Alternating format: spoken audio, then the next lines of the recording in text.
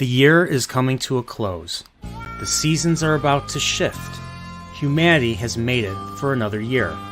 Now is a time, wherever you are, to put aside worries, fears, and doubts, and come together, whether it be family, friends, or colleagues, it doesn't matter, and enjoy each other's company and traditions, along with a tasty feast, but also some wholesome entertainment as I present to you a Nerdporeal Thanksgiving special.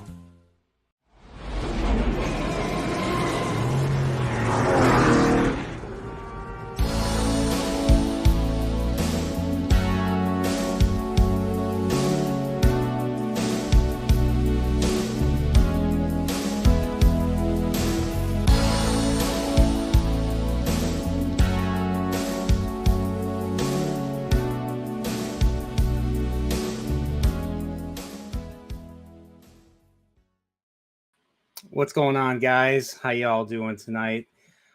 Just sorry we're late. Just some technical difficulties on my end. So it's that time of year. It's Thanksgiving, and you already heard in the opening. So I'm not alone. I got 3 guests, my friends in real life, and I'm going to bring them on right now. I'm going to start with, y'all know him, y'all love him, Marty. What's up, Marty? How you doing? Hey, Bryan, what's up? Not much. How are you? How's the fam? Fam is great. Life is stressful. Happy to be here. Lucky I got you now. So so you've seen, I think you've seen planes, trains, and automobiles way before I have. Like, I don't think I've seen it until after I met you, and I rented it on DVD or something. So I'm just curious how you saw it. Did you see it when you were a kid on VHS? I mean, probably. I don't know for sure when I first saw it. I, to be honest, I probably saw it in my young adolescence. I went through kind of a big, like, 80s movie, 80s comedy thing. Yeah. Partially fueled by my parents. My parents would suggest a movie, and maybe I would like go to the video rental place and I would rent it. And this movie was like, my parents were like, "Oh, this is rated R," and I think it's rated R for one scene. Just that one scene. And it was probably the same time I saw movies like Blues Brothers. I kind of was just taking recommendations that of movies that my parents liked, that they watched probably when they were, younger than me. So in like the mid 80s, my parents were in their mid 20s. So movies they recommended, I watched it, but it has quickly become a movie I watch every Thanksgiving. It's one. There's one other, Thanksgiving. You're muted, or maybe I'm muted.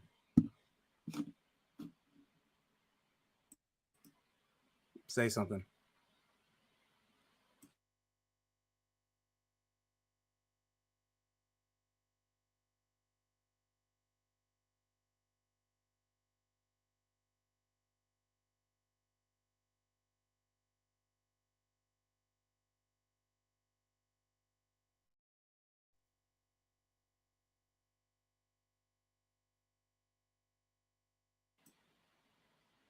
Oh, jeez.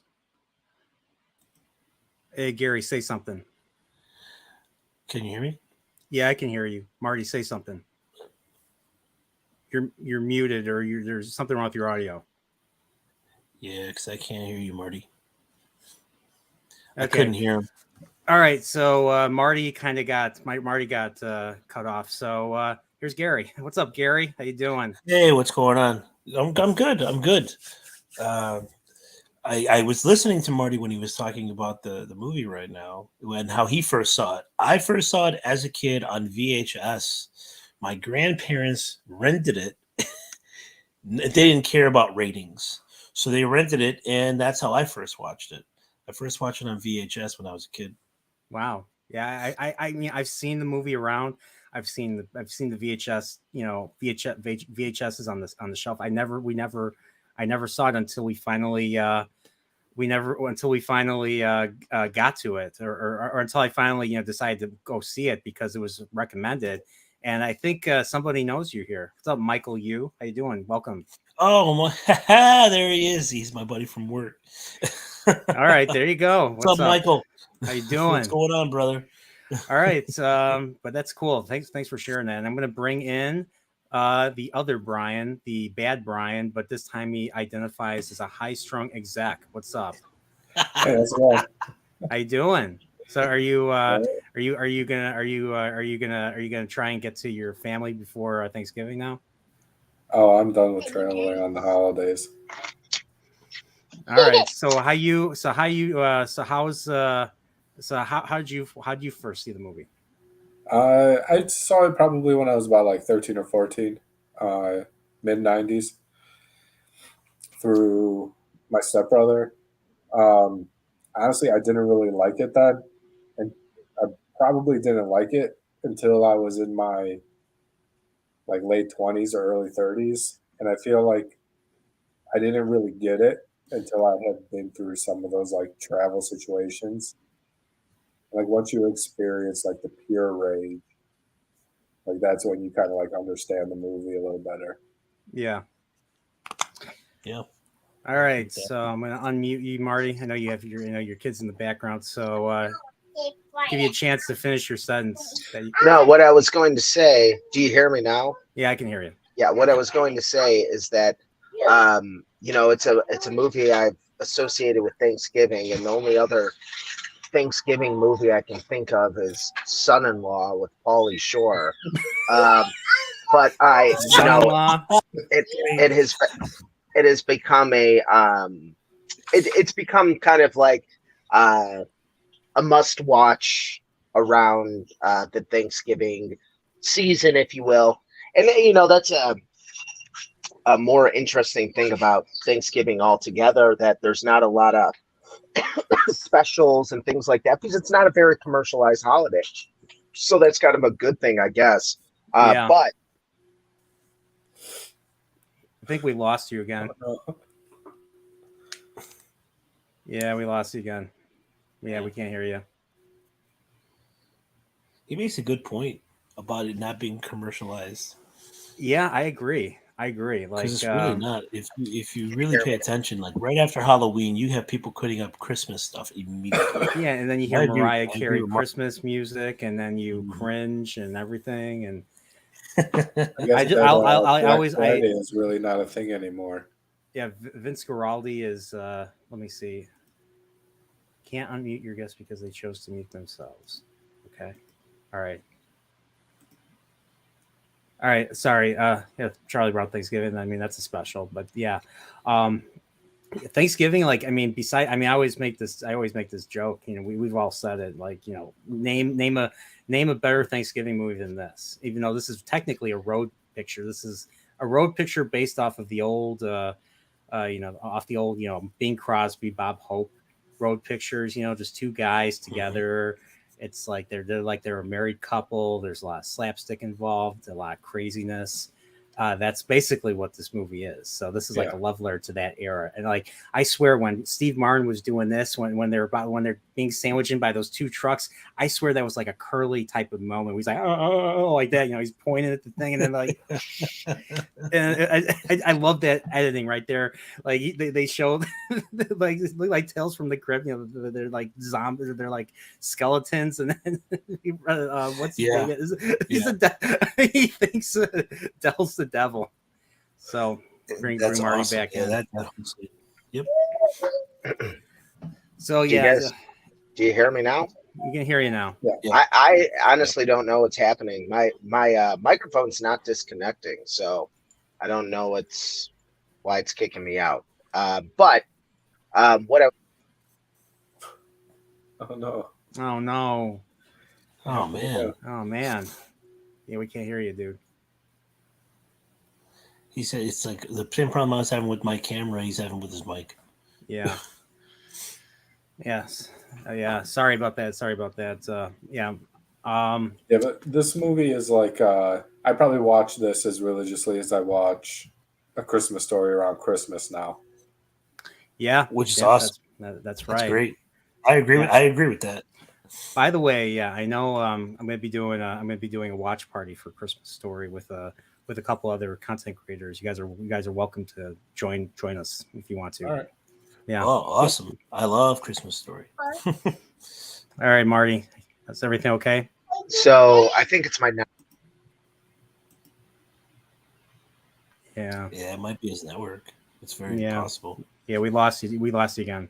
Yeah. That stinks. Yeah, well, yeah, these That's things terrible happen. because he was making some really good points. Yes, he on, was. Yes, he was. on stuff. And So let's so this is him. This is Commodore Decker right here. So, like, they're in New York. Neil is at the Steve Martin is at the office, or he's waiting on this client to make a decision, and he's like, "Oh shit, I have to get to the airport at 6 p.m. and at 6 p.m." And they're like, "You'll never make it at this time because it's freaking Manhattan." So, yeah, this movie does like a really good job with like setting the mood in a scene. Like the lighting in that or the set design in that scene or whatever, it seems like so dry. Like you can just tell how boring it is, how long they've been sitting there for. yeah, Right. they're just like he's like I gotta go. I don't know if that guy was his boss or just a colleague. I think he just might be like an executive high up, maybe in the company that he's. I think he's an executive too. I mean, he's got a nice ring. He's got that watch. That watch which we see the watch. They show the watch on the frame, and of course it pays off later because he has to use that watch to to get a hotel room. Yeah, it's so funny, like the hell he goes through just to get home for Thanksgiving. Yeah. So there's nothing more important than family, right? Yeah, I like how the screen, like right here, it highlights it. Like they use the lighting to highlight Chicago here, right here, 6 p.m. Leaves 6 p.m. arrives at 6:45. So hour 45 minutes roughly. So what's also interesting about that shot with the ticket that comes into play later when he's actually on the flight, because they put him in 13G, not 3G. And that's why he ends up in the coach. Yeah, and they're like telling him there's no plane. Yeah, and they're telling him they're like, you can see on there he actually is in first class in seat 3G. It's just but you got a coach seating assignment. Yeah, you're like, how does that happen? I'm like, how can that happen? Clearly he was telling the truth. But he still gets shafted. I know, it's crazy. There's a continuous theme in this film that I'm sure that you guys were kind of talking about here. That every single decision that Neil Page makes fucks him. So every single decision he makes ends up being the wrong decision. Right here for starters, right here when he's getting on the elevator, the guy's telling him, "Why don't you just stay here? We'll have drinks and we'll go in the morning." And he's like, "No, I got to be home for my wife. I told her I'd be home by 9 or something." I don't even think it's the morning. It's later that evening. Yeah, and he's like, "I got to leave now." He was planning on being home that night with his wife because he said he would, which I get. But you're right. That is a very common theme throughout the whole movie. Very common theme. Mm-hmm. Except for one. He never gives up. No, he never does. He never gives up. He never does. That is true. He never does give up. Yeah. And you got to give him credit for that. All right. So, I'm going to do right now, since, the perfect time to start this, I'm going to have some alert right here. So, Gonna see. Nice. I'm actually gonna pour it this time. Get a little drink out of the bottle. Yeah, I I feel look like like I I look would like have been a Malort kind of guy. All right, here's how.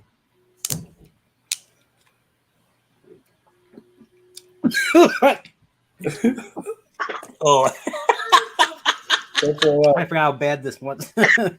oh. Ooh, It tastes like off it tastes bug like spray. cigarette. It tastes like bug spray, No, cigarette ash. that's the regular It tastes flavor. like grandma. All right, That I nice think clear there's flavor. some drops left.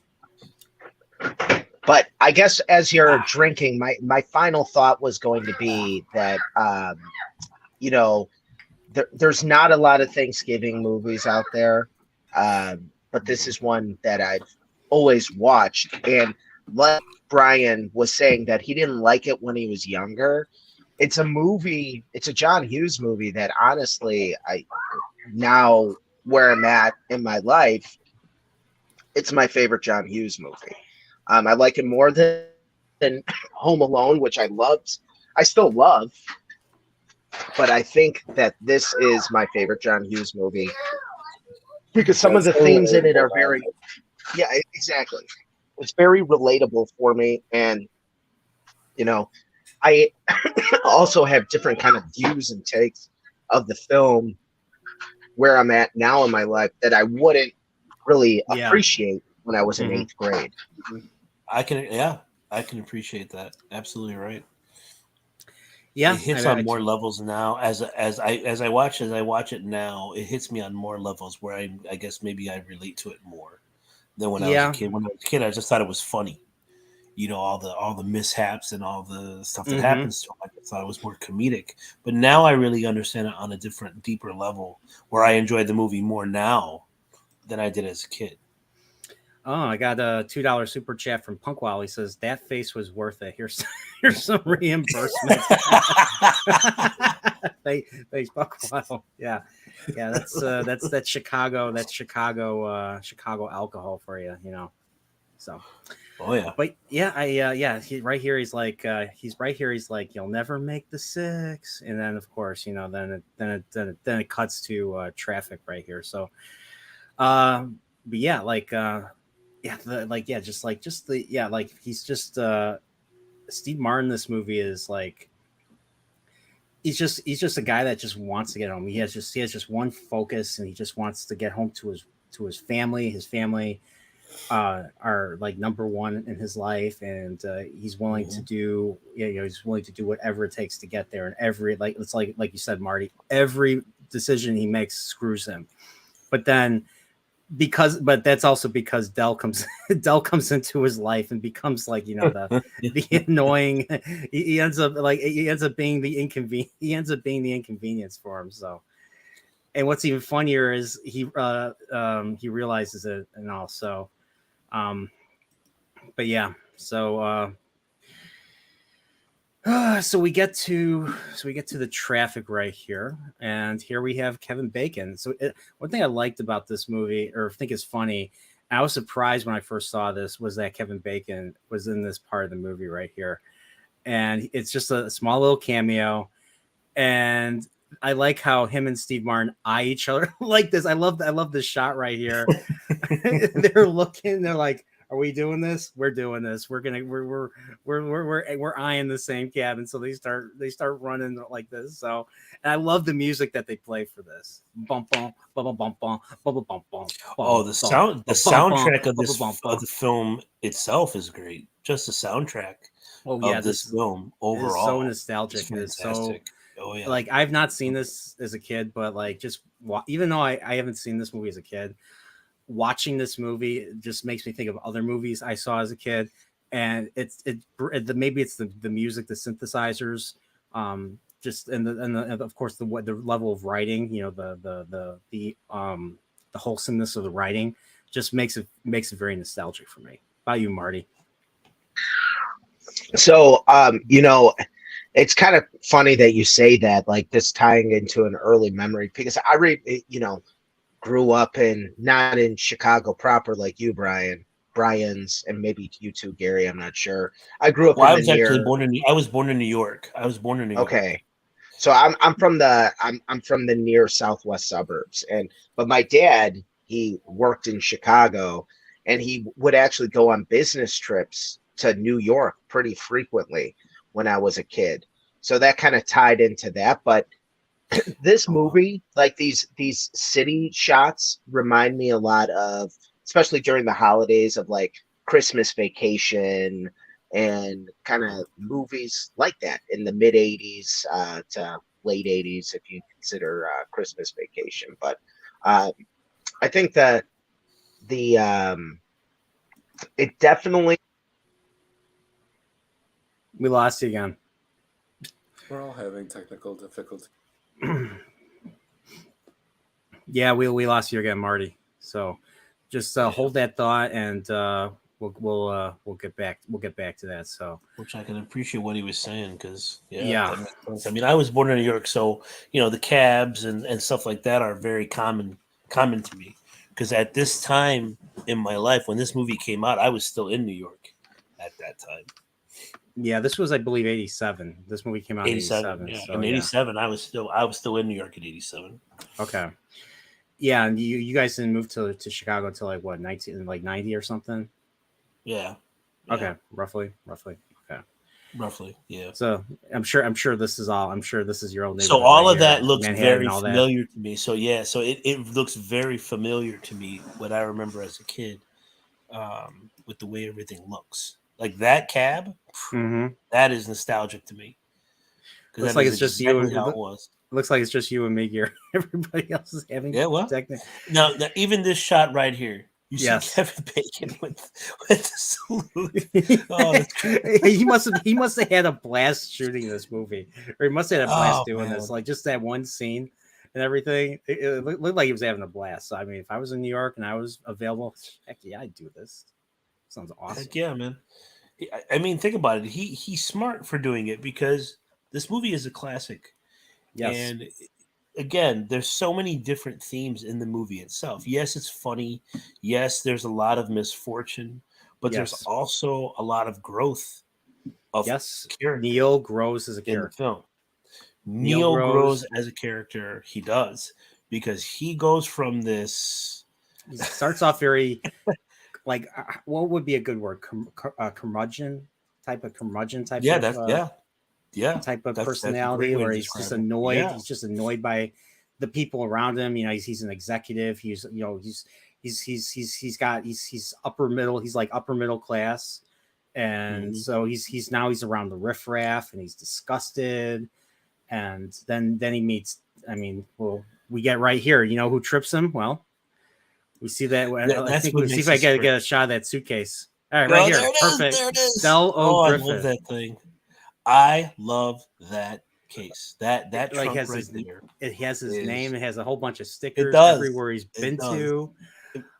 Oh yeah, CO American Light Fixtures Shower Curtain Ring Division PO Box.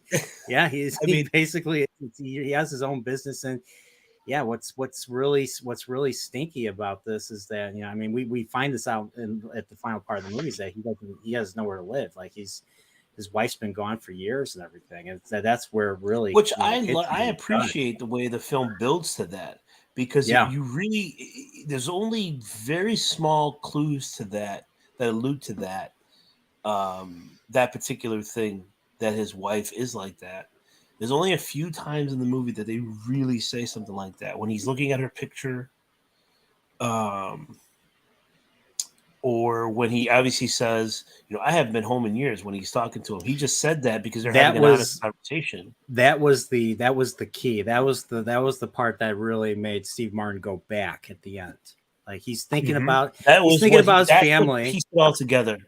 He's thinking about his family, and then he thinks about his adventures, and he realizes, even though it was a whole series of misfortunes, he actually thinks, he looks back on it pretty kindly with him and Del, and then he remembers their conversations that they had, and that was the key right there. It was like, I haven't been home. Once he said, I haven't been home in years, was like, okay, wait a minute, there's something off about this. And then he decides to go back, and of course then he finds Del in the station, and then Del tells him exactly what happened and everything. So it was just the part where he says love, I think I know we're getting really far ahead of ourselves. He said, "Like your work, love your wife." Yeah, like your work, love your wife, and then he says when he's like, you have someone to go. He's like, yeah, like the thing that's most important because he's feels like he's not leaving much of a legacy with this shower ring curtain business and everything. And What are you talking about? we're talking about Dell. We're talking about Dell. We're talking about what happened. What the we find out about Dell and later in the movie. So that's where the conversation went. But that trunk right there is the catalyst for all their adventures. That trunk right there in this scene right there is the catalyst for how everything starts to happen. Yeah, and I love it. Mm-hmm. That trunk is awesome. Yeah, I loved. But like, the thing that he said that really, I really felt the most was when he's telling Steve Martin and when they're drinking and they're bonding over in the hotel room. He's like Mhm. love is love is not a big enough word for how I feel about my wife, and that really now after seeing this movie, it just really moved me hearing that because like that's just I like especially when you lose somebody, it's it's very I don't know, it's very emotional. Like I'm not so. But yeah, we ended up talking about that part of the movie. So here we get this awesome. I love this shot. So this shot pays off later because he figures out that it's Dell that has been the source of his misadventures here, and of course he meets this guy, and he's like, I want to appeal to your good nature, and he's like, I don't have a good nature. Anybody that's willing to pay me $50 can also pay me $75. Just right, Marty?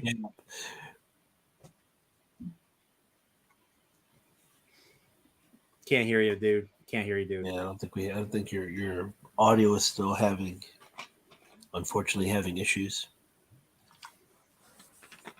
So, Gary, what do you think of what do you think of this dude right here? I don't even know who this actor is. Let me tell you who this dude is right here. This dude is a classic character. Because if you really think about the time frame that this was made, he's a lawyer. Lawyers have always been known as like sharks, shysters, shysters, liars, trying to and the way it happens with him, because at first he's just like he gets the cab, he's like, I'll give you $5. He doesn't even consider that. He doesn't even consider that. Yeah, I know. And as he increases in denomination, once he gets to 20, because 20 is kind of like the starting point, he's like, okay, how about 50? He's like, okay, fine. And the way he says, anybody that would pay 50 would surely pay 75. Not necessarily. I love this movie is so good. This movie's so like right here. This is like not necessarily. And then he gives the guy the money. And then John Candy steals his cab because the guy is like, and all you see waiting, and the cabbie helps him. He's like, okay, I'll go in. What I love is, so you see that shot right here. He's chasing the cab. All you see is that trunk. Now, how is that trunk so secure in the back of that cab? It's just sitting there. There's no strings. There's no rope. I love that. That's why I love that trunk, because even this shot, it's all about the trunk right here. It's almost as if the trunk stole the cab. I know, it's like I like the way he chases it right here. Like he's like, yeah, come back here. It's my cab. All right, let's see if Bryan can. Instead of him trying to get another cab, yeah, he is chasing the cab. I love that. He's chasing the cab. Okay, I'm getting a little too far, but like this, like right here. I like this right here. This is John Candy's first appearance right here. It's like, you get out of my cab, you stole my cab, and then the cabbie drives off with the door open, and it just runs over his briefcase. Look at this. Look at that right there. It gets run over like 3 more times. Three more times. Yeah, like 3 more Like times. this is just like bad luck. This is just like bad luck. Bad. It's just bad luck for Neil. He lost $75, and then his briefcase gets permanently damaged, and then of course he I don't know how, but like the next scene he just gets to the airport. So I'm guessing he managed to get a bus, and he's lucky to get there in time. But you know what? More bad luck. This is half of this stuff is not his fault. Oh, that face right there. That face right there. Just that's him the whole movie. That face right there. Like he knows exactly what it's like. Yeah. I mean, especially as like a comedian. Like you're traveling the country and sometimes the world. Mm-hmm. You're sure to be in these kinds of situations regularly. And you can tell he knows what it's like. Yep. That's a perfect shot right there. And we get to see O'Hare but I want to read this right here. He says, "Happy Thanksgiving. I'm Canadian, but I hope you don't discriminate against foreigners." Of course not. I think, don't you guys have your Thanksgiving earlier, like in October? I think Canadians have Thanksgiving in October, right? I think. I'm not sure. That's very possible. Yeah, that'd be interesting thing to look up at some point. And we also have Slasher Fred here. What's up, Slasher Fred? I've noticed that a movie, I noticed that the house in the movie kind of resembles the McAllister house in the first 2 Home Alone movies. It's the house. That's because it is the house. It's not. It is the house. It is the house. It's in Winnetka. It's absolutely the house. It's not. Me and Bryan talked about this last year, and it's not the same house. It is the same house. It looks like it. Now the McAllister house does not have that side room. It goes back to a garage. Can you guys hear me? Right. Yeah, I can hear you now. It's the house from Uncle Buck. It's the same house from Uncle Buck. Oh, you're right. House in Uncle Buck. It is not the same house in Home Alone. I looked it up. Are you sure? Oh, okay. I looked it up yesterday. Yeah. Okay. Yeah, me and you talked about this sometime in the last few years. We looked it up. Oh yeah, that's now you say that, it makes sense, because Home Alone had the driveway. Home Alone had the driveway where those airport vans pulled into. Yeah. I was like, I was like, did they not have those? Did they not put it together yet? Isn't that similar? That's why I was curious. I don't know what they call it, colonial maybe. Rich North Shore white. Yeah. I think that was not like the super far, super rich suburbs though. So okay, so where's the Home Alone house then? They're both in Winnetka. They're both in Winnetka. Okay. All right. So it must have been that house. The one in this movie was the one that I actually saw, because I'm like, why does this house look different from the Home Alone house? Because I looked it up online like years ago, and I saw. I'm like, where are the wings and everything? So I thought it was and the driveway, and I looked up side by side photos. Close but no cigar. Yeah, I mean, it looks the same, like from like the front, like just when you open the door and they go inside, it looks like the same layout, like the stairwells on the left side, there's rooms in either direction, so yeah. But yeah, so we get to see, the flight is delayed. So not only is the flight delayed, but like they can't even freaking land in what do you call it, in Chicago. I know I'm getting a little far ahead of myself, but yeah, he figures out that that's John Candy is Dell, and Dell's the one that was the source of his bad luck in Manhattan. So look at that look right there. I love this part when he says, "You took my cab," and then John Candy just bounces it right back, like laughs it off. Oh, you're the guy that tried to take my cab. Yeah. Like complete reversal. One of the things about this movie, like when I watched it when I was younger, I'm like, well, Dell's such a nice guy. Yes, he Neil's is. such an asshole. But then like rewatching, I'm like, Dell's an idiot. I'm like, yeah, he's a complete moron. So it's a combination. He's a nice like, guy, though. Yeah, he's a nice Yeah. guy, but he does a lot of stupid things that have directly affected Neil. So even though Neil comes off as a curmudgeon, like, I mean, he grows ultimately. He ultimately grows. He's totally he's totally different. He's not a bad guy. Like, he's, even though he's so, it's like by get to a certain point in the movie where he's just so happy to be free of Dell. He's not have to stay with him. And he sees Dell outside in the burned car, and he has nowhere to to stay. He lets him in. And they bond. The place is a mess because how Neil's kind of like, I would compare him to, I don't know if you guys have ever seen the original Odd Couple, but I would compare him to Felix, to Jack Lemmon's character, who's a clean freak, a neat freak, and everything. Doesn't like to be dirty at all. That's kind of how I feel about Neil. Even though Neil's just like wants a decent clean place, doesn't want to step in some dirty bathroom and then dry himself off with just a washcloth. Well, these guys aren't friends either. They're not strangers. Yeah. Which that's what makes a good first scene with when they first go to that first hotel. That's what makes it so crazy, because that's a complete stranger right now. You have no idea who this guy is. Yeah. At that point, Bryan, and you now missed you're sharing a hotel room with him. You missed the flashback scene where he realizes it's Dell, and they put the taxi door on the screen. Yeah. But that's a total reenactment, because I thought that was just a clip from the original scene, but it's almost like a dramatization of that scene. An overlay. And Dell is overacting there. It's kind of, you see that in other Hughes movies, like when Kevin McAllister is remembering like what Buzz says, like, I'm gonna feed you to my tarantula. Like, he never said it. He never said that. It was in his mind. Or the furnace in the basement. Yeah. Hello, Kevin. Yeah, that furnace. Yeah.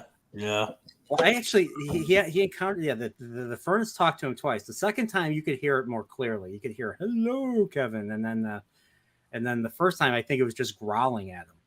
Yeah, shut up. Shut up. So you're like thinking, is that real or is that all in Kevin's head? Let the viewer, let the audience decide that one. So something similar happened here. I forgot about that. Yeah, it's in that scene where they're in the terminal. Oh yeah, right there. Like, if you play it right there. I don't want to play it too long, or I'm gonna get. Yeah, don't worry about it. But it's a funny scene. Yeah. Yeah, and of course here he gets screwed over from first class because he was supposed to be supposed to have first class and everything. But yeah, he's like, I want my first class ticket. This would have been a great place to say the F, just to do the F word thing. But I guess it was too early in the movie for Steve Martin. I think that's a Steve Martin thing, right? That type of humor, the slow build, and just like, I want this fucking thing. I want this fucking thing. Now you're gonna get that fucking thing, or I'm gonna fucking do something. You're fucked. I'm sorry. I just love that. So, and he's stuck. Oh, here, International Airport. Don't you guys? Isn't this name kind of familiar? Don't we know this place? I'm a Midway guy. Oh yeah, you are a Midway. You are a Midway guy. That's true. Midway guy. That's true. You forgot that Dell takes his shoes off. And he's like, my dogs are on the plane. I hate that so much. When he does take his shoes off. It's so bad. You're right here. Right there. He's just like, oh, come on, seriously. And there's that old man that's in Home Alone. Home Alone as well. Yeah. Gary, you said he was in Seinfeld too. I was making reference to him also being in Seinfeld because he was the guy who had the record collection that Kramer and Newman try to take to the record store guy to sell him the records. Then they throw his dentures into like the garbage disposal when he tries to bite Kramer. Right here. He takes off his shoes. He's like, I have to. He's like, I have to. I can't relax if I don't take off my shoes. He's just like, oh. Now he does. Now he doesn't say anything. He's just annoyed. He's just. But later in the movie, he's like, do you have to do this? Do you have to do this? You know. Neil Page is the face of restraint. Yes, I agree. Yes, like so, like I think like some people would think like Neil Page is a Karen. He's not a Karen. He's not. He keeps his cool. No, he's not. Yeah, he deals with a lot, and he keeps a level head most of the time. Most of the time. I mean, yeah, it's just so. I mean, it's like I would be in this. I would feel the same way. Would you guys feel the same way if you were in this position? Oh yeah, I'm sure you would. Yeah. Be. So I mean, the fact Absolutely. that Neil is relatable is, I mean, makes perfect sense here. And what's funny is I never disliked him. I mean, you're feeling for him because this is like just one bad luck episode after another, and it just gets crazier and crazier and crazier as the movie goes on. You're like, how is he ever going to get home at this point? You're asking yourself these questions throughout the movie, and that's what makes this movie so fun to watch and everything. So I want to say hello to, I've never seen you in the chat before, but Kali Hand. Sounds like something out of Temple of Doom, but welcome. Thank you for coming. You know what's funny? Like one thing I think about in this movie quite frequently, like it's like New York's not that far away. Either is Kansas City where they land, either is St. Louis, and it's like they're traveling across the world 3 times. I know. So close. They do make it seem like they're so far away, but they're not that. They're far not. Away. Like they're in freaking 2-hour drive. Oh, here I have a map. Let me. I have the map here. Wait. Well, St. Louis to Chicago is like a 5 or 6 hour drive. Yeah, but it seems like it takes them like a whole night. Yeah. Yeah. Yeah, if they had just rented a car right off the bat and drove the whole way. I mean, the drive from New York to Chicago is what? 13 hours? Yeah, 13 hours, 12, 13 hours. Something like that. Yeah. But they spend more time trying to make their way back like through normal channels, through the plane, the bus, the train, instead of just right off the bat. Just well, it wouldn't have been a movie, I guess, Gary. Right, you're right. It wouldn't have been. But he does a good job about making it seem like they're going such a far distance, even though they're not. All right, so here the dotted line is supposed to be the intended route. So of course this is New York, and of course the actual flight takes them to Wichita, Kansas. Yeah. And so here, they take the train. They take the train. They take the train to I believe this is Jefferson City over here, Missouri. And then they take the bus here to St. Louis. And then like from here to Chicago is a 5-hour drive. I know I've driven down to Illinois several times. So like they could have easily just like the rent-a-car, like like they could have just easily got home. Like I don't know why they had this. I mean, that's why they had to build in these disasters. Yeah. Like the car getting set on fire. Uh-huh. It's great. It's look, crazy. The train engine explodes. You know, I mean, that was nobody's fault. It wasn't, but for that, and it happened right after. Like I know they time it that way in the movie. He's like, "Oh man, I'm just gonna make it home," and then the engine of the train explodes. Yeah. Thank you for coming by, Nosferatu. So I noticed too that I never noticed this before, like how short the train scene is. Mm-hmm. Like it's like 2 minutes, something like that. Yeah, and 2 minutes, and that's it. Like they're barely on the train, and like there was nothing. Like there was no action on their part that caused them to be stranded. So it's just like half of this is bad luck on their part. But I'll say this: Dell, even though Dell is partially responsible for all for some of Neil's misfortune. I mean, he's a big reason why Neil got home in the first place. But Neil acknowledges that, and he does. He does. So it's a movie where you like where the both characters are likable and they're different. They're different. They both have their ups and downs, and that's what I like. That's basically people in general, you know. And it's very relatable. Both characters are very relatable, in my opinion. So They both have their positive qualities and their flaws. yes. Yep, absolutely right.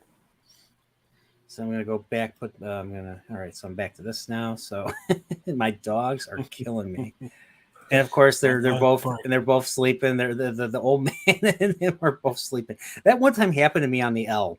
I was on my way home from UIC and somebody actually fell asleep and put their head on my shoulder. I was just like, ugh, get off me. I'm like, get off. Like, I woke the guy up, like, don't do that. I'm like, it was an older dude. So I was just like, please don't. So this is a great shot right here too. So So I think because of the snow, they had to land in Wichita right here. There was actually a subplot where she thinks where his wife thinks he's cheating on her. Like there's supposed to be like 2 hours of that was an original subplot they were going to put in the movie. Yeah, but they decided not to. Yeah, so it's a good thing because I think it would have ruined the movie in my opinion. I think it would have changed the whole theme of the movie. Yeah, because there was something similar in Jaws. Like there was a point in you guys have all seen Jaws, right? Yeah. Mm-hmm. Well, Richard Dreyfuss's character Hooper in that movie. Well, in the book that the source material that Jaws is based off of, he has an affair with Martin Brody, Roy Scheider's wife, and they end up hating each other during the when they're doing the when they're shark hunting at the end. So we would not have had that relatable bonding, scene where they're drinking together and all that if they kept that subplot in. So like you said, Gary, it would have fundamentally changed the movie. It would have changed the theme of the movie because you add in that theme. It takes away. To me, it would have taken away from the film if they had actually put that in. Yeah. So, so right here, I mean. Yeah, he runs across Dell again. He's like, he's like, there's no hotel rooms; they're all booked. So Dell was able to get one, but he gets one at the sleaziest motel possible. And they look at this ride right here. Like this is the Kramer dude this from cab Jerry. is awesome.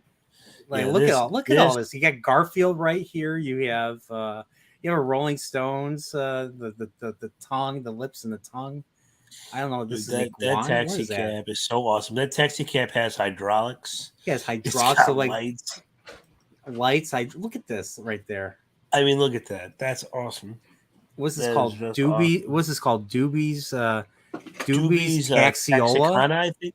Texiola. Chariot of Sin. It's called Chariot of Sin right here. Right here. Oh my gosh. That's a rare thing these days. Yeah, this is, and it's funny. This is actually in Illinois. Like this Braidwood Inn here is in Illinois. It's not too far from Chicago. Yeah, by Joliet. So this is supposed to be. What's up? Have you stayed there? Who? You. Me.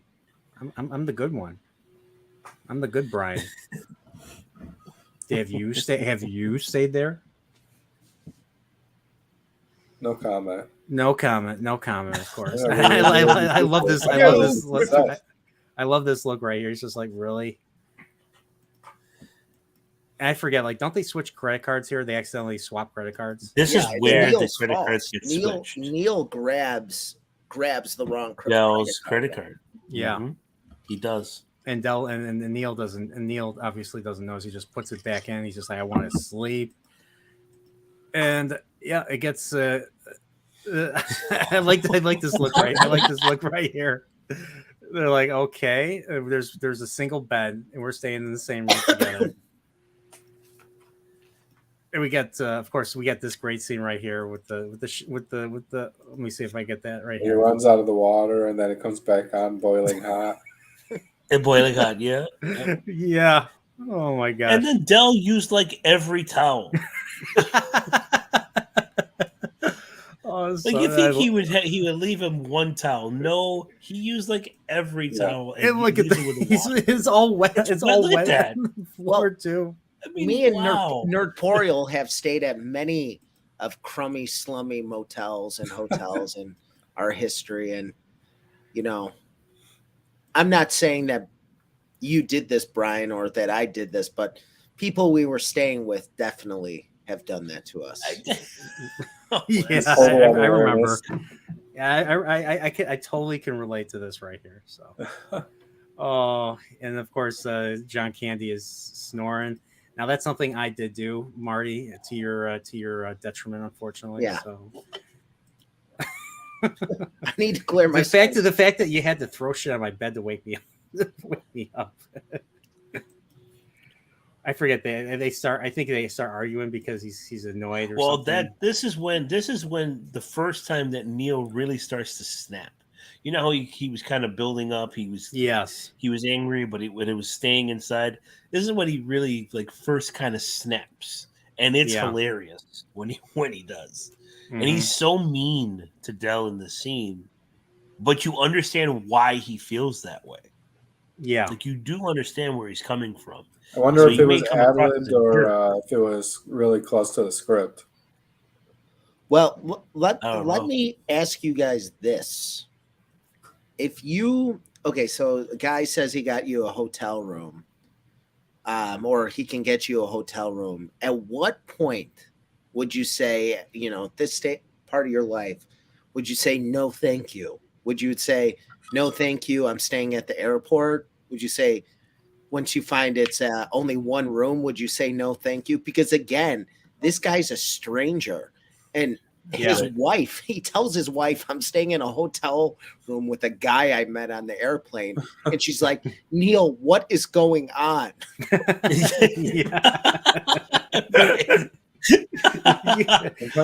a really good point. You make a very good point, because I don't know if I would have been in that hotel room. If I was in that position, I would have probably stayed at the airport. I would rather just sit on the chair and just fall asleep on my luggage bag or something. Yeah, rest my head in my luggage I don't bag. know if I could have done that. I mean, it really comes down to they thought they were getting separate rooms. Yeah, but when the guy's like, "Oh, you guys got the last one," they're both like, "What? Share?" Like the way especially the way John Candy looked earlier. And then there's only one bed. Yeah, one bed. So it's like watching. It's like watching. Your old. Your Three Stooges. Your Bing Crosby, Bob Hope road movie. The Laurel and Hardy. That's the old comedy. Bit.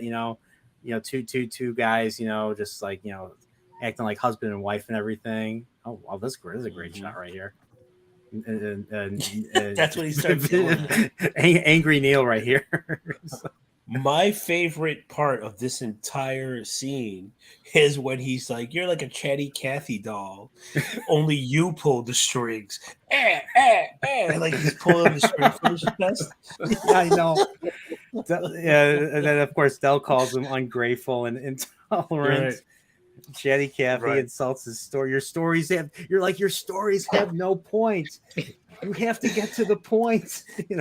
What does he say about? He's like.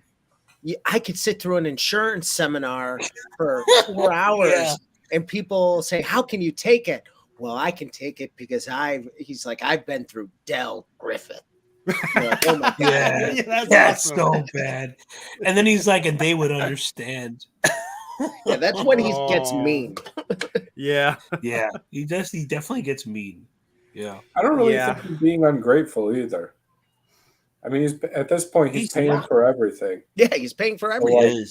The gratitude is already paid in full. But Del does that because he wanted him to feel comfortable. Yeah. I even let you pay. I let you pay. Yeah. And he calls him an intruder. You're an intruder. Money back off you. Yeah. And this part, like you see how glassy his eyes are right here. Like he's taking this. He's taking this to heart, and I think isn't this where he says, "I like me, my wife likes me, my wife likes me, my customers like me." He's like, I'm not. He's like, one thing I like about Del, even though he's he's an idiot. Is that he has enough self-awareness. I think he has enough self-awareness for us to still like him and everything. Oh yeah, and he will stick up for himself. He will not take Neil's stuff. And I mean, the thing is, it's so hard to take a side because you understand both of their. I mean, at first, we're on Neil's side because Neil's the one that's being hit by all these inconveniences, these misfortunes because of Dell's buffoonery. So, but like here, like I felt something right here. So it just like I just loved like this was just shot so beautifully right here. So just giving us a reason to. What is he saying here? I don't want to play it. Wait. Oh wow. Well, he had just finished. I think that's right after he does the Chatty Cathy doll where he pulls the string. Yeah.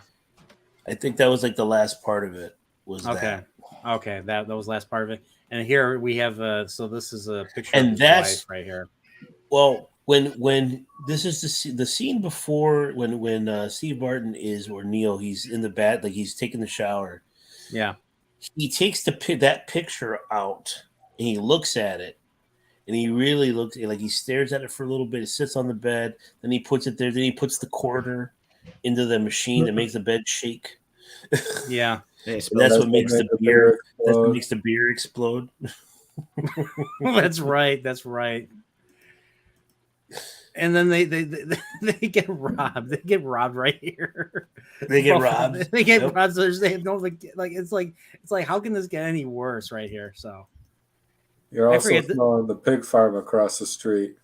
Yeah, that's right. That's right. Look at this right here. Oh, this part's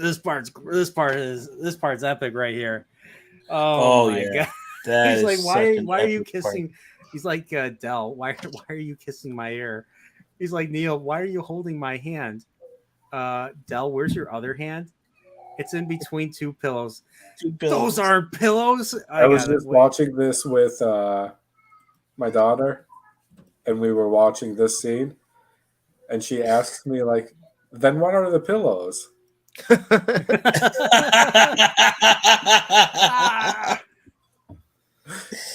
So I was like, I had to say, like, it's and then they talk about the Bears. They're like, what would you think of the Bears game? That was a great team this year. Oh, they got a real good team this year.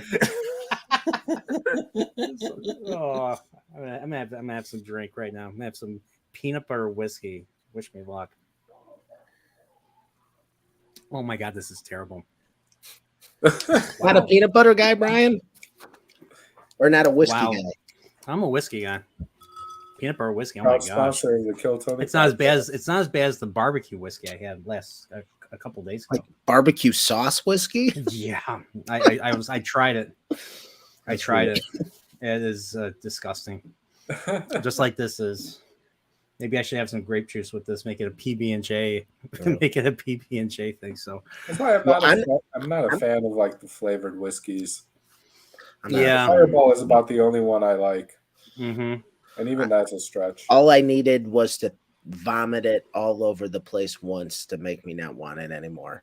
Yeah, so this scene right here. This is a great scene. Do you think that the them in the bed scene that they could do that today, or do you think that would be labeled as like homophobic? Yeah. No, I think they could do it, but there to be like a lot of crybabies about it. Yeah, just curious. I think like stuff like that sort of comedy sometimes dates movies a little bit. Like it's and I'm not stating my opinion one way or the other. It is kind of like, because I even remember, and this was probably a negative thing in a larger social discussion, but I just remember like being a kid, like interactions like that, you would have to turn on like your macho. It's like, like, oh, your arm brushed against my arm. And it definitely, like, nowadays, I don't think that that's really a thing with kids, which is a good thing. Definitely. But I always wondered, why didn't one of them sleep on the floor? Probably more beer on I the floor know. than on the bed. Okay, yeah, I guess so. I mean, it wouldn't be as funny, but Yeah. I mean, It that's was a it. John Hughes decision, not a Neil Page or No. Dell decision. Oh yeah, this was great right here. So he's trying to we're trying to wash his face. He doesn't even realize. He doesn't even realize it's like his old socks are in the water right here. Well, He's he like, doesn't realize that. Look at that. And then look at his Wait, face, I need that underwear. shot. That shot is great. Where's that shot? Come on. There Right it is. here. Look at Perfect. He's like, what is this? It's bigger than the towel he used to dry off the night before. it is. It looks clean though, so at least Yeah, there's no skid marks. There's, or any brown stains right there. Oh, but wow, that's big underwear. Holy shit! Yeah, those are pristine whitey tighties. Yeah. Oh, yeah. Well, It was such an '80s thing too, like the whitey tighties and everything. Like you see it quite a bit. Like, I mean, do they even sell them anymore? Yeah, I don't know. I'm sure they do. I haven't worn do. those in years. And that's how Dell washes his clothes, because we find out later, in the film why that is. But this is how Dell washes his This all his scene clothes. actually makes a lot more sense when you find out later more about Dell. That all makes sense why he's doing that. Yeah. Even though we kind of already talked about that though. A little bit. Yeah. So this is not the home. I mean, yeah, it looks like it's missing the driveway. Like I remember there was a driveway in the Home Alone house. No, you're right. That's definitely the Uncle Buck house. Was it the Uncle Buck? I thought the Uncle Buck house was different. I thought it was blue. It looks like the Uncle Buck house, but now I'm starting to think of maybe it isn't. Yeah, no, that's a movie I definitely No, Uncle Buck again. house is all white. I just looked it up. Now, if I remember correctly, Uncle Buck doesn't take place around any holiday, right? It's not a Christmas movie, right? No. Okay, I know that I think it. I don't think it has I've that kind never of seen theme to Uncle it. Buck before. You ever seen John Uncle Candy Buck? is I swear you've seen. I swear you great. said you saw Oh, man, Uncle it's Buck, great. Brian. I mean, it's definitely another great but movie. off the top of my head, I can't really recall any plot. Yeah. Punkwell has a story to share. He's like, I once had to share a hotel room with a coworker I just met because they only had one room, so I slept on the floor. It wasn't even a conversation. Yeah. Exactly right. Yeah. Exactly. Luckily, right. John Hughes didn't have to direct you. Luckily, John Hughes didn't direct you into that bed, or your life would have been miserable. Rest in peace, John Hughes. By the way. Oh, but yeah.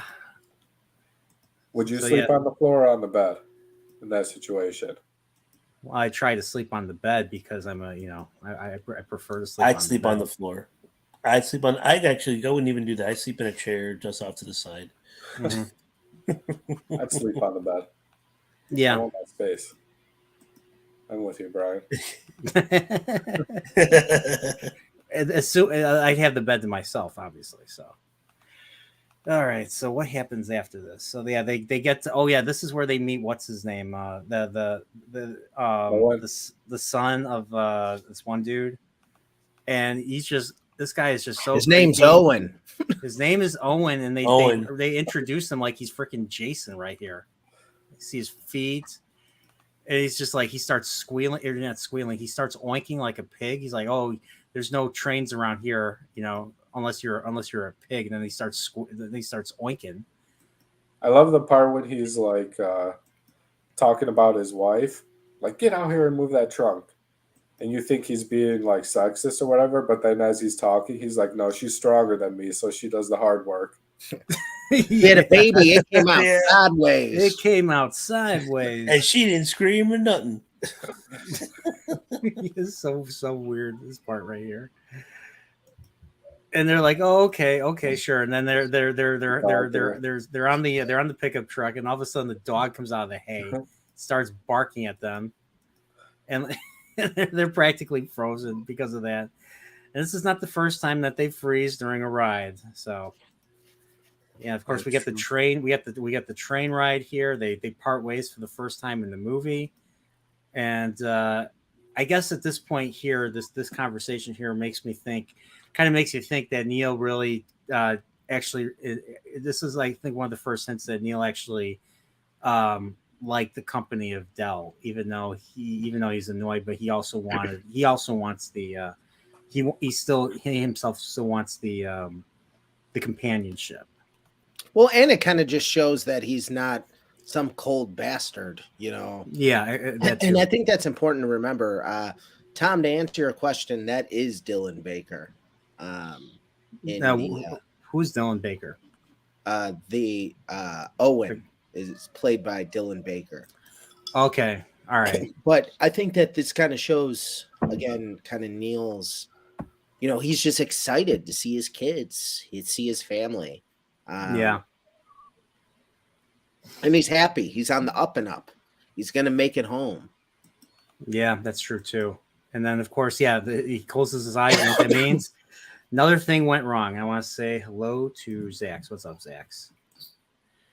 All right, so so this is nobody's fault this time, and of course, you know, he once again meets up with Dell right there, and I think what ultimately happens is I think they get on a bus. They're all directed to a bus. You know what? I have to think that this would never happen. They have to walk that Amtrak would tell people Walk a mile and a half. Yeah, that's There's no way. Yeah. They would send another train to Yeah. another engine. I mean, it would probably take forever. Yeah. Yeah, and of course, right here, like, you know, they're on the bus now, and these two are making out, and he's looking at them. He's like, "Why don't you take a picture? It'll last longer." he's just cracking up. Yeah. He's cracking up right here, and then they start a sing along. Oh And, man, that sing along is so funny. They start a sing along, and they're like, okay, Neil, sing something. He's like, I forget, what was it, like Three coins and a fountain. And they all He's turn. like, yeah, you know the song. Yeah, but like, right why here. would you sing something you know nobody's gonna know? You can't feel bad that nobody knows it. But I love the fact that he actually says, you know, you all know this song. Yeah, right here. And then, of course, Dell rescues him by singing the Flintstones thing. From the town of Bedrock, they'll go right down in history. And then he screams, And "Well, everybody starts singing. yeah, everybody knows, because gets it's the Flintstones. Who doesn't know the Flintstones Right. thing? Especially maybe kids nowadays, but, like, you know, in the 80s, you know, Flintstones was on all the time. Cartoon. Yeah. 80s, 90s, you know, all those cartoons from the 60s, you know, were on when, or from the 70s, 60s, and before. They were all, you know, they're all on when we were kids. You know, you had Looney Tunes, you had, you know, all the Hanna-Barbera, the Disney. So yeah, but yeah, so now they're in St. Louis. And now Dell's doing what he knows how to do best. He knows how to sell shower curtains. He's selling them as earrings right here. He's look at this. Right here. This is Czechoslovakian ivory. Ivory, or they were. I like how he's holding the phone right here. He's telling the kids he'll make you look like adults, and they're all handing him the money towards the camera and everything. And he's annoyed right here. So poor Neil is missing his daughter's pageant right here. Let's see if I can get that. Another thing right about here. this film that, you know, that really, there's no cell phones at this point. So you see all these pay phones, and it means such a different thing when you have a pay phone versus having a cell phone. Yeah, the lines of communication are so much different. 100%, Gary, and that's like what I'm like saying. Like, I mean, like, I could not imagine what my wife would be thinking. Like, if I wasn't able to text her to tell her what I was doing, right, or vice versa. Now, this scene right here, where he's rated R. This scene right here, had he had a cell phone, had he had a smartphone with an Uber app or a Lyft app, he would not be doing this. He would have been able to call them up and say, "Hey," or he would have called the rental and say, "Hey, there's no car here. I need you to send someone to pick me up, and we need to fix this." But the fact that he doesn't have a cell phone, he has to walk. He had to walk 3 miles. He had to walk along the highway right here. And he also walks like on the terminal of an airport. That would never happen. No, he would be stopped by security almost immediately. Yeah, right here. Look at like that right here. It's crazy. Yeah, I'm like that's an airport. Yeah, you cannot walk like that. I love this right here. I love how like they made him up for this, and like his shoes are muddy, his face is dirty, he lost his hat because he fell down the slope. He's so angry right now. Like, is that supposed to be like a scarf to keep his ears warm? Yeah, I was wondering the same thing. That's his tie. I think at one point I thought that like maybe it was like covering a wound. It's just, I think it was just to show us that, hey, he's been through hell. He walked through 3 miles of hell to get back here. And of course we meet this lady right here. She's like, I want my fucking, it's like, I need a fucking car. I was like, you left me. So funny, that scene is so funny. This is the only time you hear the F. This is the only reason why it's rated R is because of this scene right here. But he says it so much. It's like every other word is that, and it's hilarious. Yeah, right here, perfect. She's like, it's like, do you have the rental agreement? He's like, no, I threw it away. You're fucked. Yep. Right back to him. Oh, this part. See, this is what's great about this movie. There's one funny thing after another. So here's the cab dispatcher dude.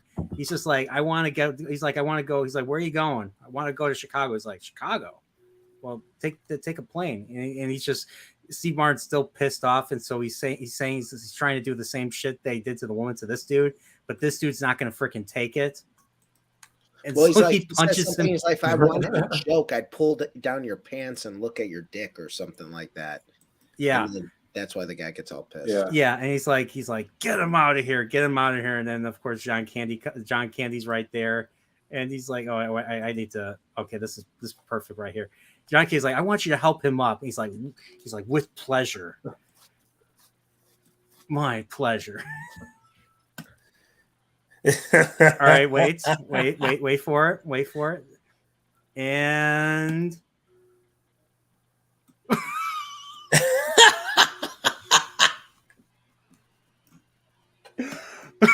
and pulls him back too. Yes, he does. He does. It never gets old. It never gets old. It doesn't. And he has the high pitched voice. Yeah, the next scene. That's another thing I love is the fact that they follow stuff up like that because it makes sense. Okay, right here. Like, why are they not on the highway? Why aren't they on 55 right now? That was like another thing. Like, after you leave St. Louis, you should be like, I'll be home in Chicago in 5 hours. Yeah. Right. Yeah, 5 hours. That's it. And like, I don't know why. Like, I mean, I'm assuming they were there at noon. Well, doesn't 55 look like that in some parts? Not with not really. Not with the bridge and stuff. I mean, maybe where they're looking right there, but not with the bridge. It's a highway all the way down to New Orleans. Yeah. Like it's a simple 5 hour drive, maybe less, depending on how fast you go. So. But like, yeah, like they're driving for like here, like they goes from afternoon to night, and they're just he's driving, and of course they're switching off. It's like they're traveling like across 2 states at this point. I feel at this point in the movie, it almost thematically changes a little bit, or at least after the major event that occurs. During this driving, I feel like the theme kind of changes a little bit to more like a buddy comedy. Yeah, that they're all we survived together. We've been to the bottom. Yeah. So like there's like a shift. There's a Yeah, shift. so they're shifting. So right here they're shifting, and of course he breaks the I love seat. this So part I don't with the get like feet, too. yeah. So he breaks the seat. So right here he's getting his face smashed against the windshield, and he's asleep. And of course John Candy gets his coat stuck on the seat, and he can't control it while he's listening to. He gets his sleeve stuck on the seat while he's listening to Ray Charles Jamming. and he's not paying attention, and it gets to a point where he starts freaking out, he starts panicking, and then he just spins out. He slams his brakes, and he just spins out of control, Yeah. and he doesn't realize it, but then he's going the wrong way. He spins several times, and he doesn't realize it, but he's going the wrong way. Now he's heading towards these trucks. Yeah. And this is great because the people next to him are like, "You're going the wrong way.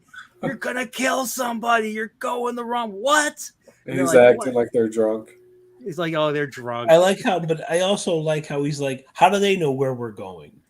Yeah. He's like, "What are they trying to race us or something?" And then Neil's like, yeah, how do they know where we're going? Right. He's like, wait, he's He like, realizes. and he realizes right here, and like this is, I love this right here. He's just like, best scene in the movie. that's like a Curly moment right there. It's like like that.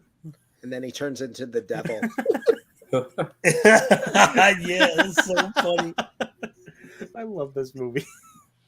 I can't even see the because my stupid laptop right here. Oh, this part. This is all in his mind. This is all in his mind. Just the fact that he had to wear that makeup, he had to go into makeup, and he had to put on that costume for just like a split second of a scene, a split second of a shot.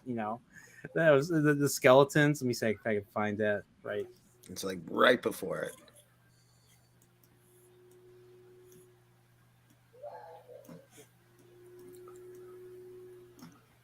Yeah, here it is, right here. Give it a few seconds, and now. That's very quick. Like I couldn't even pause it. So this is so ridiculous right here. Oh my gosh! And then that's not even the end of it.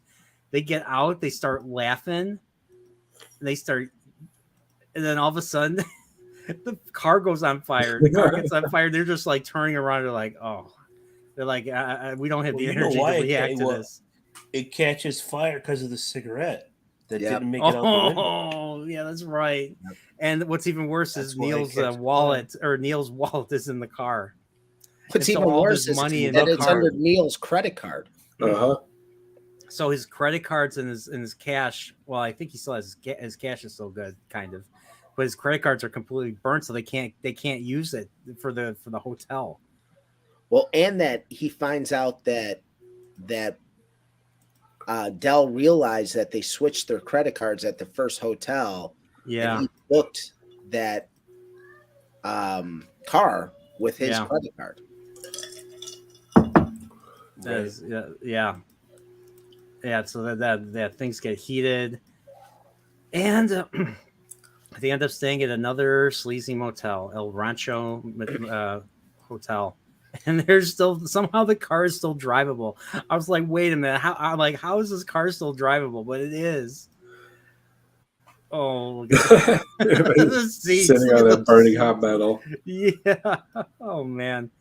And of course, look at his credit cards. And he's like, those are credit cards. Diners. And you know who's who's the clerk? Martin Ferrero, the lawyer that gets eaten off the toilet in Jurassic Park. Yeah. Yep. I don't think he'll ever be. He'll ever have pork chops, kid. You ever have pork chops? Oh my gosh. Yeah. And so yes. Yeah. And so like the only reason why Neil can get into a room is because of that watch that he has. I forget what type of watch it is. He just said a really nice watch. A real nice watch. Yeah, he's like, and a hell of a nice watch. Yeah. And of course, and Dell tries to do the same thing. He's like, I have a Casio. He's like, nah. A Casio watch. And $2. $2. Nah, no. So Dell is SOL, and he's I think he has a monologue. He's talking to his wife or something. He's like, "I miss you" or something. He says that you're right, Marie. I push away everyone I like. You know, which almost seems that they didn't have a perfect marriage, that, you know, she kind of thought he was a little overbearing, but he admits that he's overbearing and he's screwed up. But then he Yeah. says he wishes that Marie was with him right now. Yeah, he says, quote, "I wish you were here with me." He's regrets being a pain in the butt and everything. Yeah, and of course Neil wakes up and he sees that he's just sitting out there alone and he's freezing, and so he lets him in. He's like, you know what, I'm not an asshole. I'm not going to let him freeze out there, so he lets him in. And I'll be honest, like that's a very emotional scene, and Yes. that's why this, John Hughes as a filmmaker really kind of, on surface you could say this is a comedy, but that's a very dramatic scene of Neil kind of realizing that he's coming from a place of privilege. Yeah. He has a family that loves him. He has, I guess he doesn't fully realize that at this point yet, but he's like, I have a roof over my head and this guy's going to freeze to death outside. Yeah. And it shows Neil's humanity, that he really, he might talk a big game about how much he hates Dell, but he, as it turns out, he won't let him suffer. And I feel like right here is kind of really where that change in theme from kind of them being at odds with each other to them working completely as a team. Yeah. So this is kind of where the understanding basically comes in, and here we get this pretty cool. I mean, like, this is a big change even for Neil right here. Like, at this place, like they're just drinking. They're just drinking these little, like this, these little, these little airplane bottles, and look at the mess. Look at the mess that they're making. They're just bonding. They're having a good time. Kind of reminds me a little bit of Jaws when they're bonding on the ship, and right before Quint gives his monologue about the USS Indianapolis and everything. So similar type of situation. I just love seeing characters being able to reconcile and bond like this. It's something that we all want to see in our lives. If we have trouble with other people, I mean, at least for me, like if I was always having issues with another person, I always wanted to reconcile with another person. And so the thing was, for me, I was always afraid that someone would not want to reconcile with me if I tried to, if I did made the first gesture. So, and there were a lot of times where that was the case. So seeing something like this really moves me. No, I agree. Reasons. It's an emotional scene. Yeah, it really is. Yeah. So, but I just love this right here. And then this is where he says he lets it slip that he hasn't been home in years. Mm-hmm. And of course, at first Neil doesn't think much of it until he's until later when he's on the train and everything. So this is another great this is another great thing. Another classic scene. So they're trying to get the snow out, and at least they would never get away with that shit. It's like, let's get out of here. We gotta get out of here. They would never get away with that now. No. See, that's a good reason. That's a good reason. The good thing that they didn't use a credit card. They just used exactly. cash. That's what I was thinking. That's the same thing I was thinking. At least he's got that nice watch to help pay for it. Yep. And so and so they're in this car. They're singing. This couple are like, what the hell? And then they get pulled over, and of course, of all people that to pull them over, it's freaking Michael McKean, Chuck McGill himself. Yeah. He's like, I can't. He's just like, I can't have you. I can't have you. You can't. This car's undrivable. I'm gonna have to impound your car. He was a stickler for the law even back then. Yep. Even back then, the law is sacred. this is what a sick joke. If you ever seen those memes of Chuck, like it's hilarious. So, but yeah, so we get this right here, and they get their final. So yeah, Del once again sets them up with another ride, but this time they're on a cheese truck, I believe. And so the driver will not let them stay in their ride in the cab with them, so they have to stay. They have to freeze in the back here. And oh my gosh, it's Ashkenagan or whatever. So, and yeah, I think this is the brown line. What line is this, Marty? This blue line. Well, that's not the blue line. That's the loop. Everything. That's everything but the blue line. Yeah, so that's going to be pink. Pink to 90s. At the time this was made, there was no pink. At the time this was made. Was there a purple line though back then? I'm not sure. If the purple gets on. Orange. I know it's definitely orange. I know it's. If you go by today, it's everything but the red line and the blue line. Yeah. So it's the green line. Because it's above the tracks. Orange. Yeah, right. This is the actual loop. Like that's the actual loop. So it's brown, green, pink, orange. The only one that's not, and purple during like rush hour. Yeah. Yeah, that's the only one that's not is blue and red and yellow, obviously, because yellow is, the Skokie Swift. Imagine trying to keep track the of actual which train is yours coming through here. Oh, yeah. They're all marked, but that's definitely part of the loop. Yeah. Okay. Well, you think they got dropped off? It's obviously somewhere downtown. And that's why they make it to the loop. LaSalle and Van Buren. Watch out for them! Watch out for them Van Buren boys lurking. Who are you? We're the Van Buren boys. Why are they named after Martin Van Buren? Because he was a mean president. Seinfeld reference. Right. And then Kramer's two those two homosexual bullies are part of the Van Buren gang. Yeah. All right. So this is where they part ways once again. They hug. See, I love this. And of course, there's a nice little montage here. He's just thinking about, he's thinking about his kids. He's thinking about the turkey. Yeah. And then he thinks about he actually thinks about, their adventures, everything. Looks back, and then he recalls the conversations, everything that Del said. And he realizes, wait a minute. He connects the dots. Yeah, he connects the dots. He did connect the dots. Yep. And he goes back. Finds Del just sitting in the train station. He has no home to go to. He has no family. He's completely alone.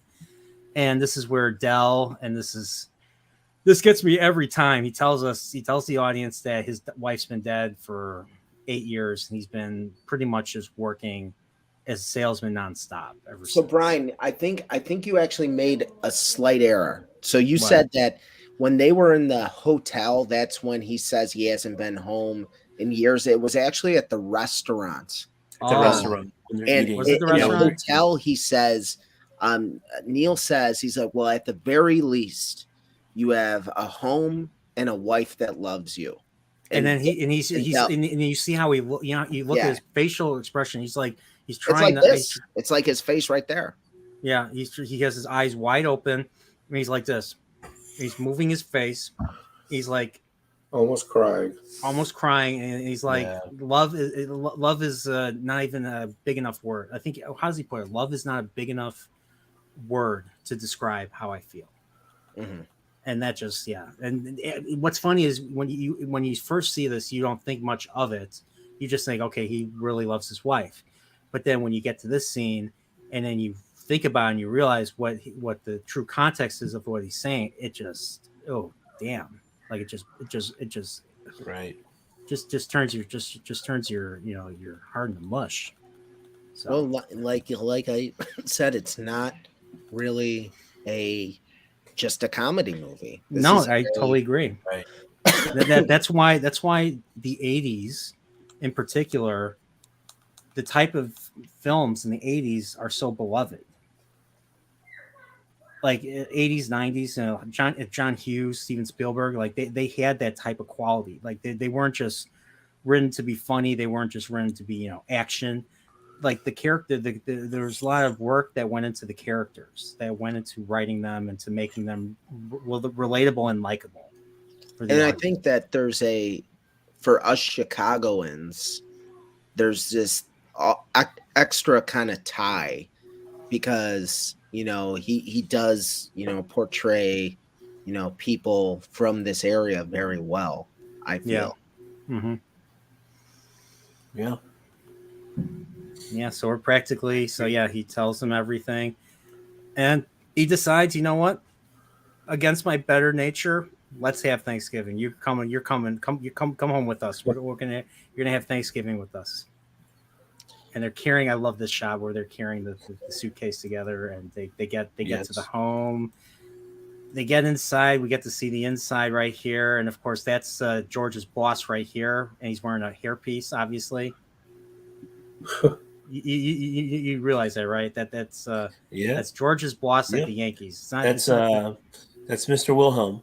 And you know who else he was? He was also Admiral Paris. Admiral Paris, that's right. Yep, that's right. Same. Admiral Paris. In Star Trek Voyager. So they're meeting the family, and then we get the final shot of, and it's like I love how this, like, it's such an emotional scene for just him being on a business trip for 2 days. It's just look how emotional this is right here. She's looking down.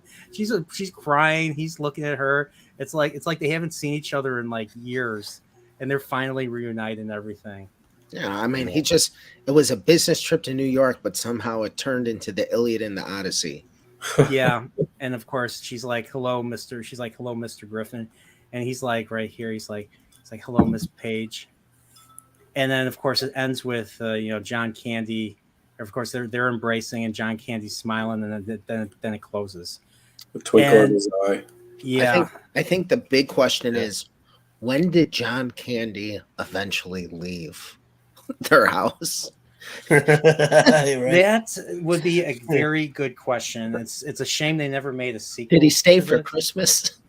He probably I don't know. He like literally in this movie, like right before he goes, and he's like, "I'll just say hello and leave," and they're like, he's like, "No," and Neil's like, "No, come on in," because he wasn't comfortable. He wasn't figure it comfortable. out. Like, what is he gonna like find his way out at like midnight after dinner's all done? And he still has no money. He still has no money. Right. I guess he's part of the family now. Yes, he's Neil's oldest son. Yeah. Shower curtain rings. Yeah, I mean, I'll say this: Dell's pretty resourceful. He'll find a way. He has. Well, that's part of it. Well, that's what makes everything work. His resourcefulness is really what comes into play throughout their adventures. Yeah, because no matter what happens to him, he comes through somehow with his resourceful people he knows. He's very good at talking the talk and making deals. I mean, he's a salesman. Right. I mean, he's able to hook.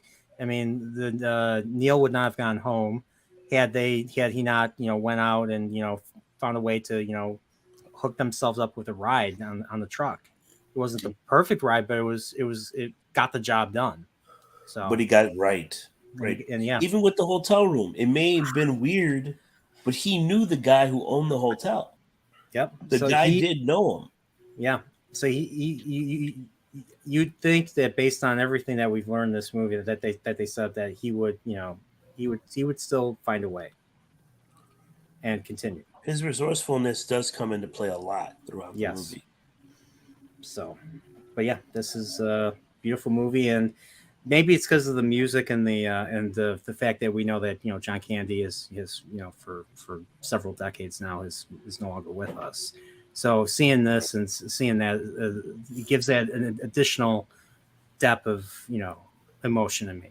So, but yeah, I love this movie. It's a Thanksgiving movie. It's a movie that I think everybody should see at least once, and especially for Thanksgiving. It's just a beautiful movie. Absolutely, it's a very funny movie. It is just, and it's a movie that even though it's R-rated, it's a movie that you could show your kids. Yeah, There's nothing. There's nothing. Absolutely. There's nothing raunchy about it. And there's only one scene that makes it R-rated, and it's hilarious. And kids swear anyways. Kids probably swear And more now, than we but do. you know, nowadays that scene wouldn't make it R-rated. No, really, you're right. You don't think so? Nowadays, You can say wouldn't fuck be. on TV past 11 p.m. well, yeah, Right. but I mean, TV is different. Movies, I think, still follow the same system, the same rating system.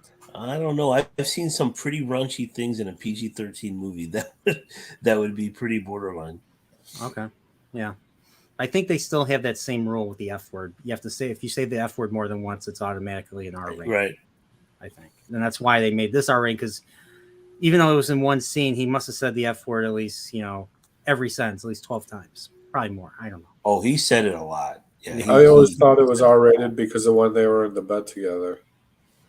No, I don't. That's no, I don't think so. No. That's kind of an interesting point. You would have to assume that John Hughes fought for that scene to stay in the movie. Probably. Because people, was PG-13 a thing in 1987, or was it PG or R? PG-13 started because of Spielberg and Temple of Doom. Okay. It was PG or R. Too But yeah, violent. the rating system was much more minimal back then. I mean, they did not want to make a movie PG where a guy is ripping someone's heart out. I mean, that was the big deal.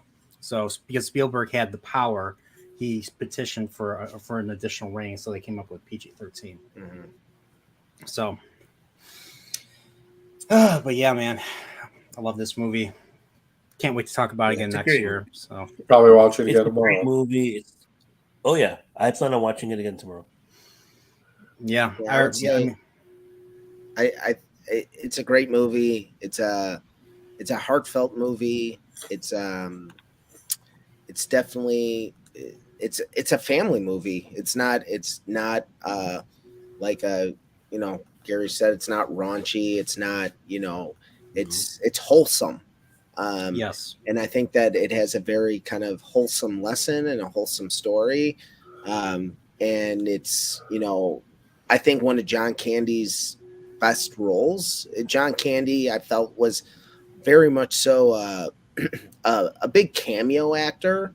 I mean, he had leading roles, of course, but I feel like he died, of course, when I was a kid.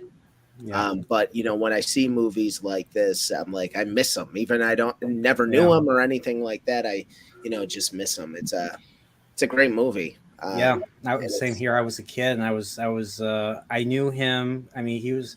You guys remember the cartoon Camp Candy? Yes. No. Yeah.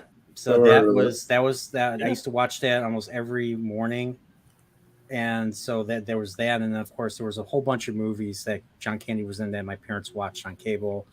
I believe Uncle Buck was one of them.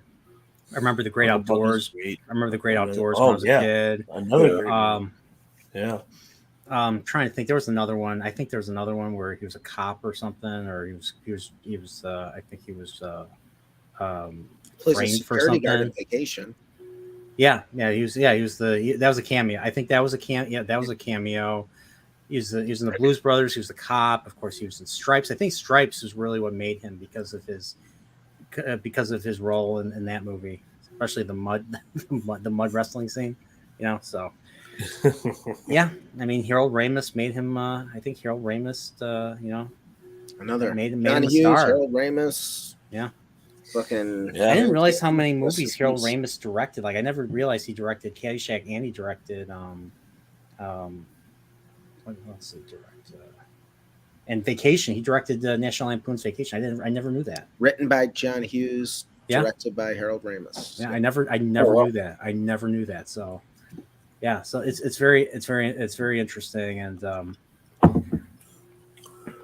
yeah, it's a shame, really. And I read, like, he used to binge eat, so he was over 300 pounds. He used to smoke like a pack a day, and he drank. He did cocaine. and he had and it was family history. So it was a combination of so many things that killed him. Probably, But he all died in just his sleep. self-medicate. But he died in his sleep, according to what I read today. So he didn't suffer or anything like that. So Well, he suffered from depression and all of that, but maybe he didn't. Yeah. He didn't. He was unaware of his death. yeah. So. But yeah, so to kind of leave that on a note, he left a hell of a legacy. That so I always call him the legend because of just the movies that he was in and just the role that he had in most of them. I do. Yeah, I find when he is in a movie, I enjoy it. Yes. I I'm do find thankful for John Candy. What's up? Yes, I'm thankful for John Candy. for This John Thanksgiving. I Candy. agree. Yeah, same here. Well, happy Yeah. Thanksgiving, guys. It's Yeah. 12 Yeah, happy Thanksgiving to you too. Yeah. Yeah. So I'm gonna close the stream right now. So you guys have anything you want to promote? I know none of you have YouTube channels. So I want to promote Nerdporeal. oh, by the way, did you know I made some new merch? I designed. I made a shirt. I designed a. I put Nerdporeal the flamethrower. I made a shirt called Nerdporeal the flamethrower. There's a flamethrower. When are you going to my- make whitey tighties with Nerdporeal symbols? On the front or the back? All over How the place. Like How about literally. a picture? How about a picture of you wiping your face with the whitey tighties, and I'll put that on a shirt instead, Marty. How about that? All right, guys. Well, And you'd be happy like, Thanksgiving. Yeah, you guys have a good Thanksgiving as well. All right, but yeah, everybody, thanks for coming by, watching us, and don't forget to hit the like and don't forget to subscribe, and yeah, check out the merch store if you haven't. It's the link is in the description. The link's also in the chat, and yeah, everybody, have a great night. You too.